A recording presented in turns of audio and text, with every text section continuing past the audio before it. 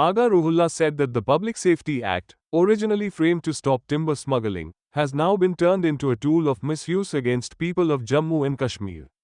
Talking with media persons in Anantnag today, Ruhullah said and added that the NC, in its manifesto, had promised to revoke the PSA once Jammu and Kashmir's statehood is restored.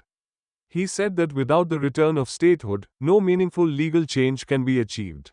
सबसे पहले ये अफवाह फैलाई गई कि आपको arrest किया गया है, उसके बाद जो जगह मुकर्रर की गई थी वहाँ पे प्रोग्राम करने नहीं दिया गया। तीसरी बात ये कि यहाँ पे जो है यहाँ पे नेशनल कांफ्रेंस की जानिब से कोई एमएलए या यहाँ तक कि दूर दूर तक कोई नेशनल कांफ्रेंस का वर्कर भी नजर नहीं आया। क्या ये कोई नई पॉलिटिकल डेवलपमेंट का आगाज तो नहीं? मैं अभी 1 घंटे तक बोल रहा था और इन्हीं बातों की वजाहत कर रहा था।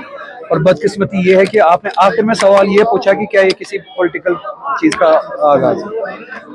इसी चीज़ से मैं लड़ रहा हूँ। मैंने इन बातों की वजाहत की।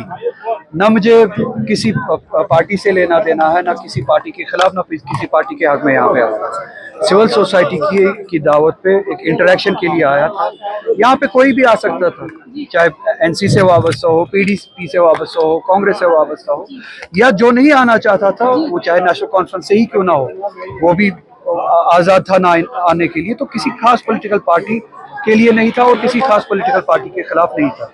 और जहाँ तक आपने कहा कि अफवाहें फैलाई गई, या जहाँ पे आते आते पता चला कि यहाँ पे अफवाहें फैलाई गई थी कि मुझे गिरफ्तार किया गया है रास्ते में, और यहाँ पे अरेंजमेंट जो किए गए थे जिसके लिए परमिशन दी थी, उन अरेंजमेंट्स को यहाँ पे उठाया गया, और जिस जगह पे परमिशन दी गई थी और अरेंजमेंट्स किए गए थे उस जगह को बंद किया गया, वहाँ से बाहर निकाला गया। तो मगर इन चीज़ों से मुझे कोई फ़र्क नहीं पड़ती है। ये एडमिनिस्ट्रेशन के हथकंडे हैं, वो चाहते थे कि ये प्रोग्राम है जो नाकाम हो, मगर प्रोग्राम आपके सामने यहाँ पे मुकम्मल हो।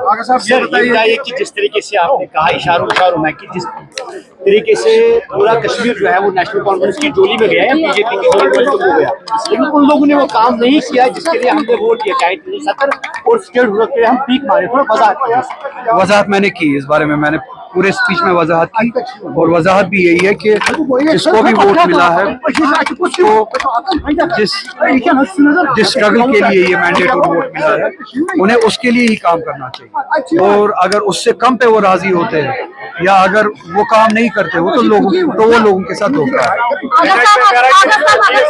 अगर इतिहास दोहराया जाए तो नेशनल कॉन्फ्रेंस की जानिब से ही पीएसए को लाया गया था और मैनिफेस्टो में उसी शेर को लाया, फिर वापस जाने की बात की थी, वोट मांगे थे। आज उस पर क्या आप रद्द-ए-अमल कहेंगे कि नेशनल कॉन्फ्रेंस आप उसको रिप्रेजेंट करते हैं एज अ पार्लियामेंट मेंबर उस टिकट में? पीएसए जब आप जिस जमाने की बात कर रही है वो टिम्बर स्मगलिंग को रोकने के लिए, उसके बाद से लेके अभी तक इसका मिसयूज हो रहा है। तो नेशनल कॉन्फ्रेंस ने अपने मैनिफेस्टो में कहा था कि जो ही स्टेटहुड वापस लागू मिलता है तो हम पीएसए को ख़त्म करेंगे। लॉ एंड ऑर्डर अभी स्टेट गवर्नमेंट के हाथ में नहीं है, इसीलिए मैं कहता हूँ कि उस स्टेटस की वापसी के लिए लड़ाई लड़ो, जो हासिल करके आप फिर ये चीज़ें, ये कानूनी तब्दीलियाँ ला सकते हो।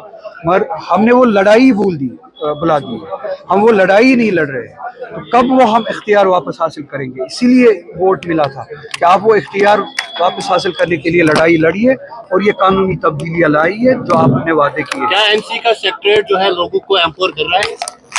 जो हालात है इस वक्त, नहीं एम्पावरमेंट नहीं हो रही है।